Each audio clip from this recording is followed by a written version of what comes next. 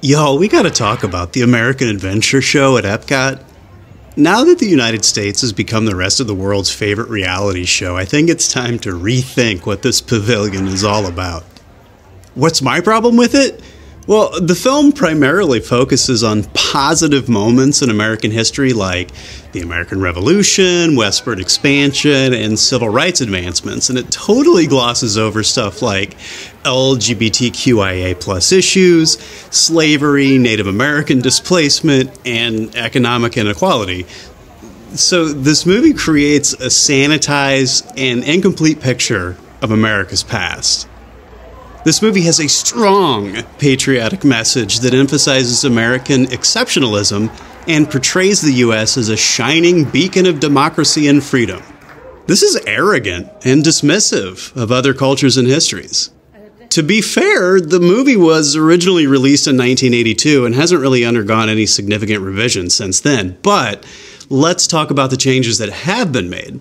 In 1993, the American Adventure was outfitted with all new animatronics and new music, and then nothing changed until 2007, when something like 45 seconds of footage were added to the Golden Dreams montage that includes New York City Police Department and Fire Department rescue crews on September 11th. Then in 2018, there was another update that added what I guess Disney thinks of as modern American heroes.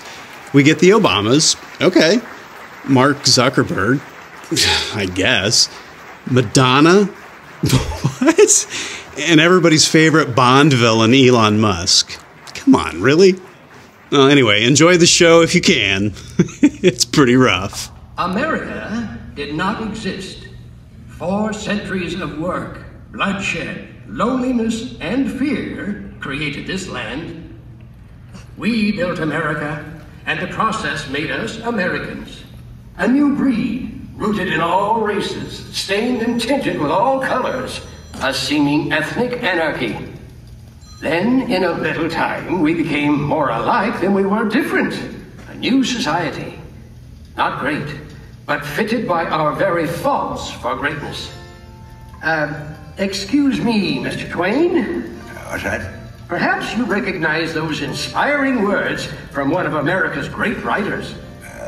No, Dr. Franklin, I don't recall writing anything like that. Oh my, of course not. They're from the pen of John Steinbeck, back in the 20th century. Why, it seems he has nearly the same spirit as the founding fathers themselves. Well, listen to the proud elder statesman. Mr. Twain, pride is one of our national passions. Even those who overcome it are proud of their humility. Easy now. I was born modest. Fortunately, it wore off. Dr. Franklin is our genuine American antique. I suppose our story begins with you. Actually, it started long before even my time. It started when dreams and visions of a new world were shrouded in the myths and legends of an old world. Finally, through those early mists of uncertainty, sailed the first great adventurers. This tiny ship is the Mayflower, carrying pilgrims in search of their dream, a dream of religious freedom. So, if you'll pardon an old man's pride, for me, this is the beginning of the American adventure.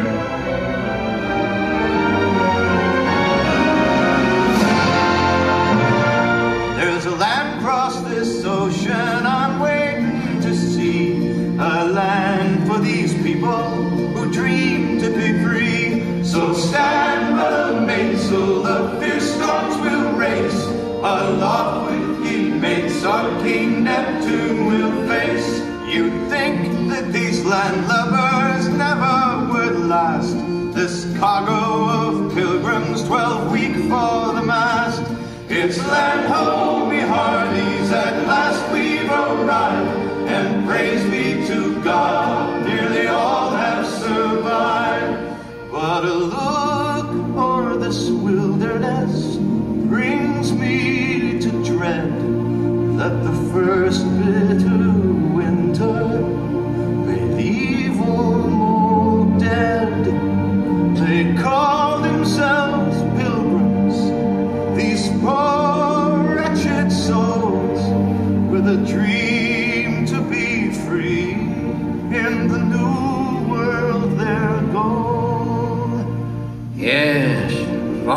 welcoming the early settlers, this land severely challenged them. It was a struggle for survival that gained but a tiny toehold in a vast, untamed wilderness. In the decades that followed, a new challenge began to emerge. We were growing more and more apart from the mother country. Passion began to govern, and she never governs wisely. The British think it's fools we be. If they tax our trade, then our land will be next, and soon all else we possess. Hear me now. You ask defense against the French and the Indians. Should you not help pay for it? Parliament's colonial policy is both arbitrary and unjust. That's nonsense. The same tea that cost you 3 shillings a pound costs us 6. First, we spoke out with our voices. Then we spoke out with action, with a growing defiance that led to the Boston Tea Party. Hear ye! Hear ye! By royal proclamation, His Majesty King George III hereby sets... Look at this! They're closing the harbor! But surely we can work something out. Our king feels we've wronged him. Your king, you Tory! Either we cut the ties with England, or we surrender our liberty! Finally, the time had come to speak with one voice in a declaration of independence.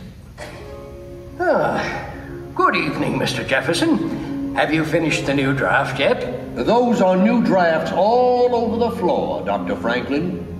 It seems one stroke of this pen brings 2 changes from Congress. I told you John Adams should have written this. Oh, by his own admission, you can write circles around him. Mr. Adams has not been prisoner in this loft for 17 days. I shall continue tomorrow. You must continue now. Thomas, it is difficult to make 13 clocks chime at the same time, but we must carefully justify the separation. Dr. Franklin, while you slept soundly through the meeting this afternoon, we did manage to justify separation. We hold these truths to be self-evident, that all men are created equal, that they are endowed by their Creator with certain inalienable rights, that among these are life, liberty, and the pursuit of happiness. And to secure these rights, governments are... 76, my boys, we ever must revere. Let every man take his musket up and fight for freedom dear. We'll hit the flanks of the red coat ranks as Yankee volunteers. Oh, 'tis a great delight to march and fight, but it's getting tough, I fear.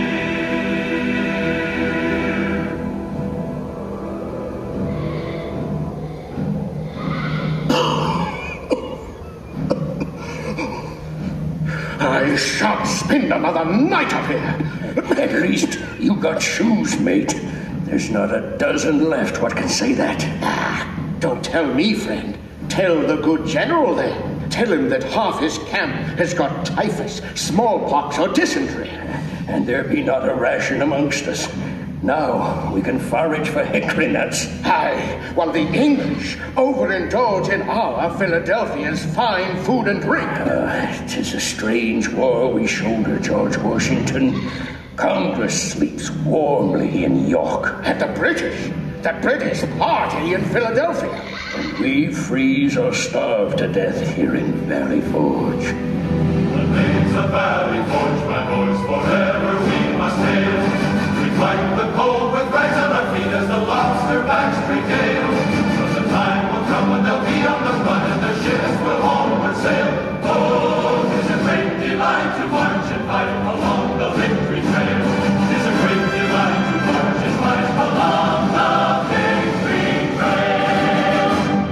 In the end, we the people prevailed and achieved perhaps our greatest dream. 13 very different colonies became the United States of America, and we were free to become an entire nation of dreamers and doers. Westward bound, Dr. Franklin, to new frontiers. to the age of Samuel Langhorne Clemens. Well, I like to think Mark Twain was part of all that.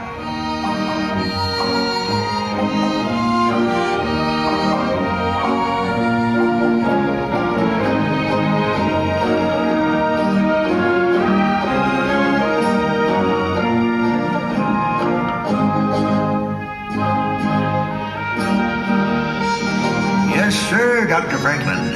You founding fathers gave us a pretty good start, don't you know? We still had some things to learn the hard way. Seems a whole bunch of folks found out we the people didn't yet mean all the people. Folks like Frederick Douglass. Even amidst the cricket song here among Mark Twain's beloved Mississippi, I hear the noise of chains and the crack of the whip. Yet there is hope. Hope born from the words of Harriet Beecher Stowe. Uncle Tom's Cabin has given our nation a key, which can unlock the slave prison to millions. Anti-slavery is no longer a thing to be prevented. It is grown too abundant to be snuffed out like a lantern. Troublemakers like Douglas got us into this mess. He only wanted freedom, not war. Well, listen to my abolitionist brother. What? Pa, he's gonna make a real good Philly Yank. We got a good cause, Johnny Reb. Quiet, both of you. You're gonna ruin Ma's birthday. No. Ain't nothing gonna ruin today. We're all together. That's what counts. Now, you go ahead, Mr. Brady. All right, everybody.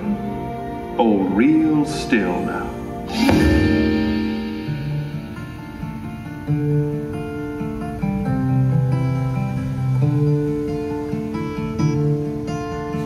Two brothers on their way, two brothers on their way, two brothers on their way.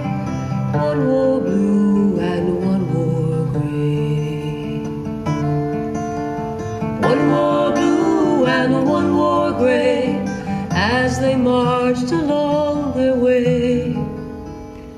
The fife and drum began to play, all on a beautiful morning.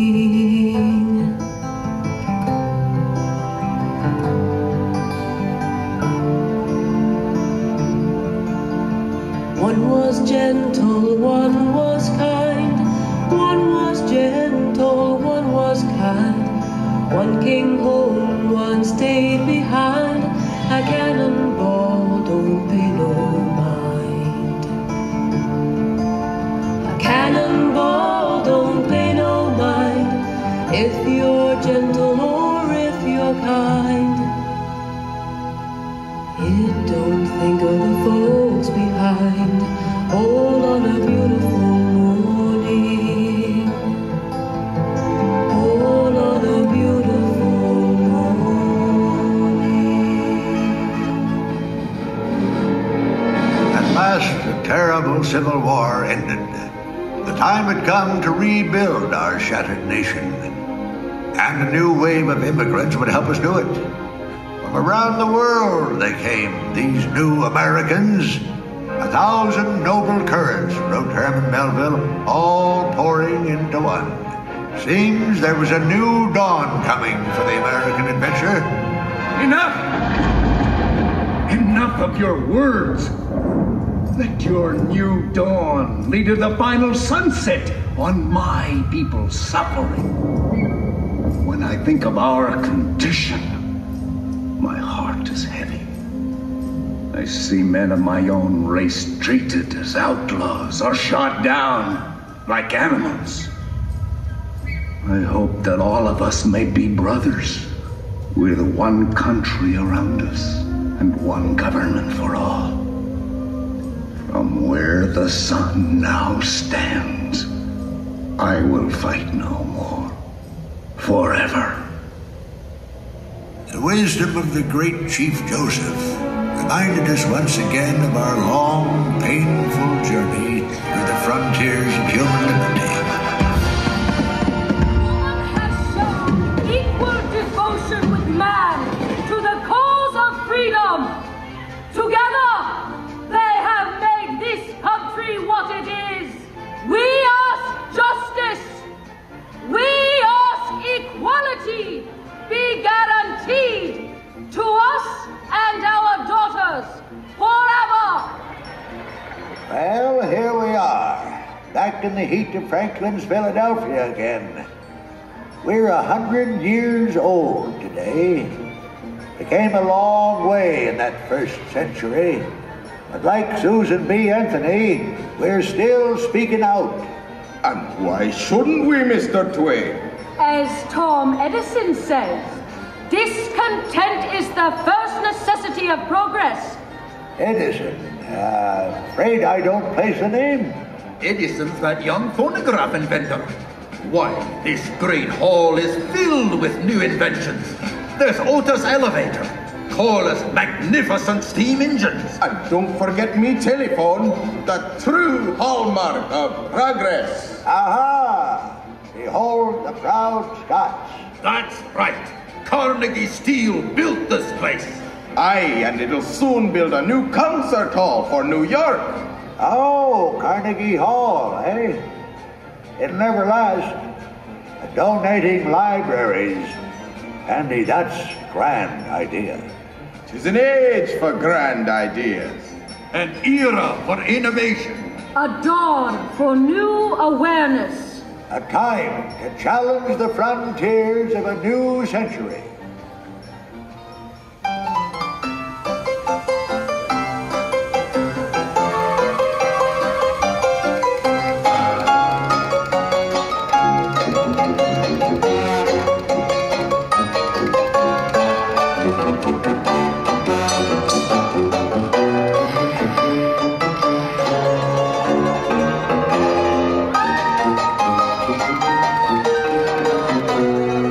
Yes, sir. We soared into the 20th century on the wings of invention and the winds of change.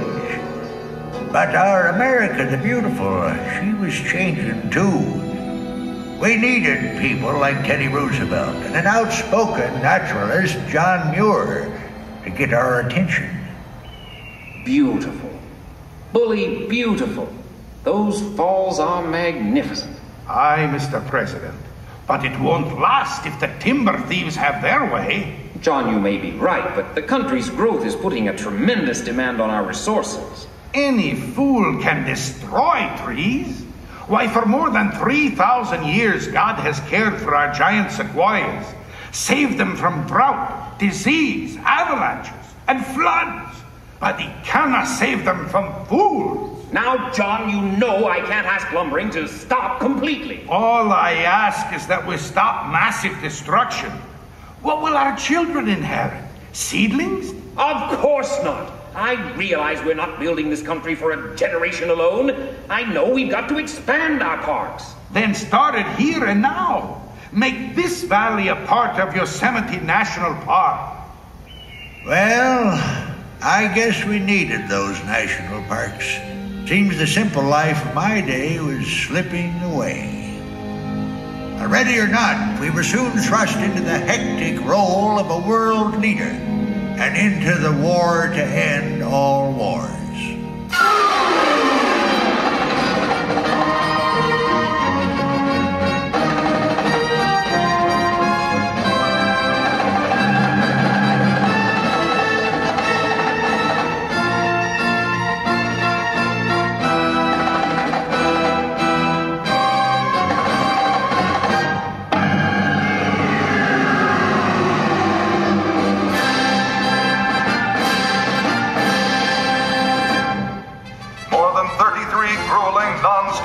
After his departure from New York, Captain Charles Augustus Lindbergh successfully landed his Spirit of St. Louis in Paris last week. Lucky Lindy's solo flight across the Atlantic has certainly placed him among the greatest in a long line of American pioneers. Today, October 29th, 1929, Wall Street became America's greatest wall of rubble. This stock market crash has tarnished the golden dreams of millions. Once I built a tower to the sun, brick and rivet and lime. Once I built a tower, now it's done. Brother, can you spare a dime? Spare a dime? Sure. Buy 4 of my apples and I'll loan you back to 10 cents. Hey, Sam, I heard tell there's New York millionaires are selling apples too. You mean ex-millionaires, don't you? Hey, it looks like the storm is finally letting up. Yeah, maybe the Sunday drivers will come out hunting for gas. Ain't many folks will pay no 18 cents a gallon. Hey, listen, fellas. Old FDR's been inaugurated. This great nation will endure, as it has endured, will revive and will prosper. So first of all, let me assert my firm belief that the only thing we have to fear is fear itself. Yeah, I sure hope he's right. Folks could use a little prosperity around these parts. Yes, sir. Before this depression, we sure had enjoyed special blessings. Hold it. But you I know, think it yes, we'll seems run. to me that we was a mighty cocky nation. We'd begun to believe that the height of civilization was an automobile, a radio, and a bathtub. Of course, now we're a whole lot smarter. Now Congress wants to trim down the Navy so it'll fit into the bathtub too. You know, it seems to me like we're the only nation in the world that waits till we get into a war before we start getting ready for it. Yesterday, December 7th, 1941, a date that will live in infamy, the United States of America was suddenly and deliberately attacked by naval and air forces.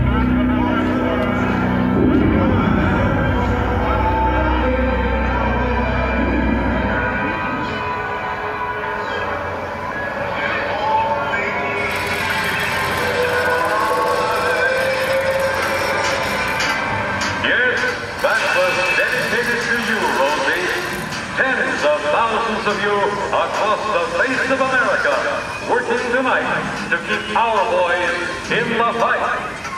To all of you out there, a very Merry Christmas. Well, Rosie, think you'll ever get this old top back in the fight? We'll sure try, sailor. Hey, what did you fellas do? Let the whole Nazi fleet use you for target practice? Yeah, no wonder they got us working double shifts. Great way to celebrate the holidays with our guys over there. Cheer up, Jane. Maybe we'll all be together by next Christmas.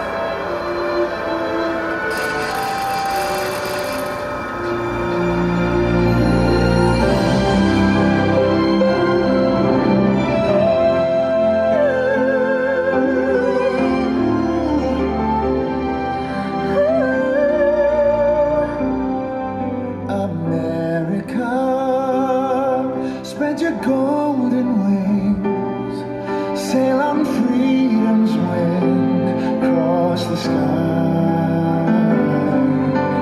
Pray bird with your golden dreams, flying high, flying high. America, you must keep dreaming now, dreaming the promise now of your pioneers. America.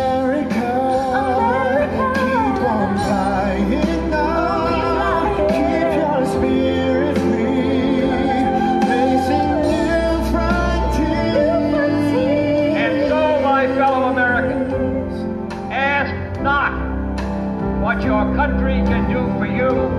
Ask what you can do for your country.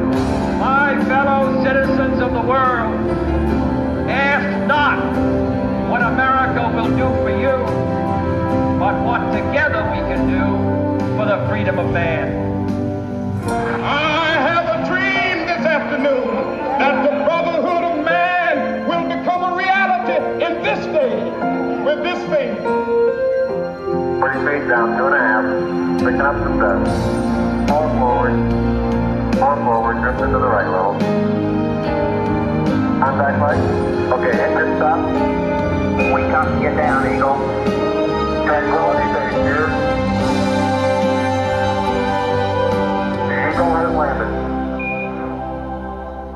Restless one in a world of change, keeping dreams aloft in the rain. Spirit free, soaring through the clouds of time.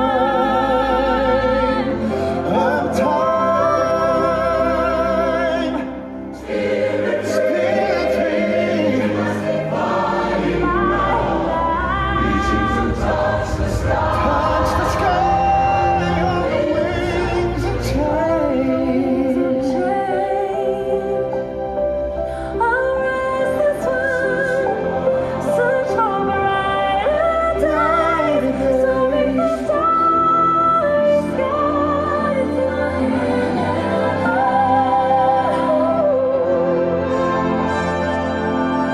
skies. Spread your golden wings, sail on freedom's wings, sail across the sky.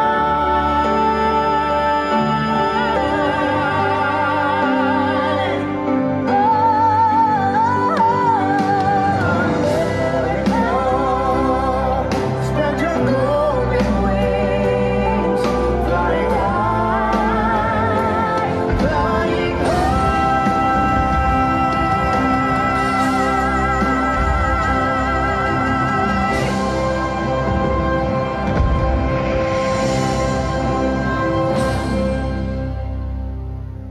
Well, Mr. Twain, what do you think of our America now? I think the founding fathers never dreamed of an America like this. Of course not.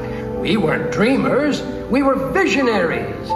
That is why our Constitution withstands the rigors of time. Easy now, Dr. Franklin. This nation's still just a youngster, don't you know? Why, some countries have been around for 50 centuries. We're barely into our third. That's true, but look what we've accomplished in that tiny span of time. My dear doctor, earlier you found John Steinbeck so inspiring, and he also sounded this warning. We now face the danger which in the past has been the most destructive to the human: success, plenty, comfort, and ever-increasing leisure.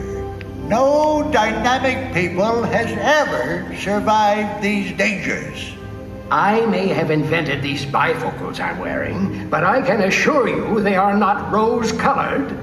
Mr. Twain, the golden age never was the present age, but with human liberty, we can fulfill the promise and meaning of America. To everyone a chance, believed Thomas Wolfe.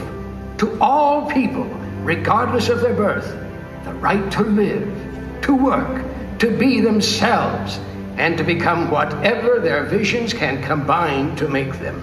This is the promise of America. Mr. Twain, 'tis easy to see, hard to foresee, but I foresee the American adventure to continue a long, long time.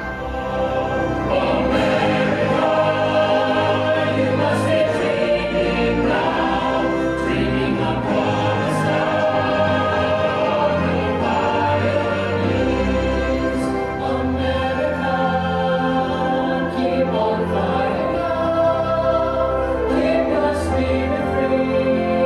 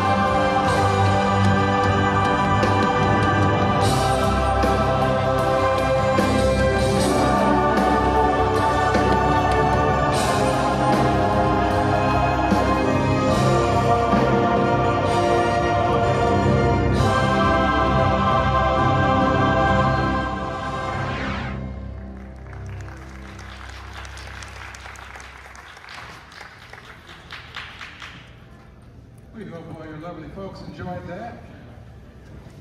We're glad, and we thank you for spending some of your time with us this evening. Please make sure you all got your personal belongings and exit to your left, please. Thank you.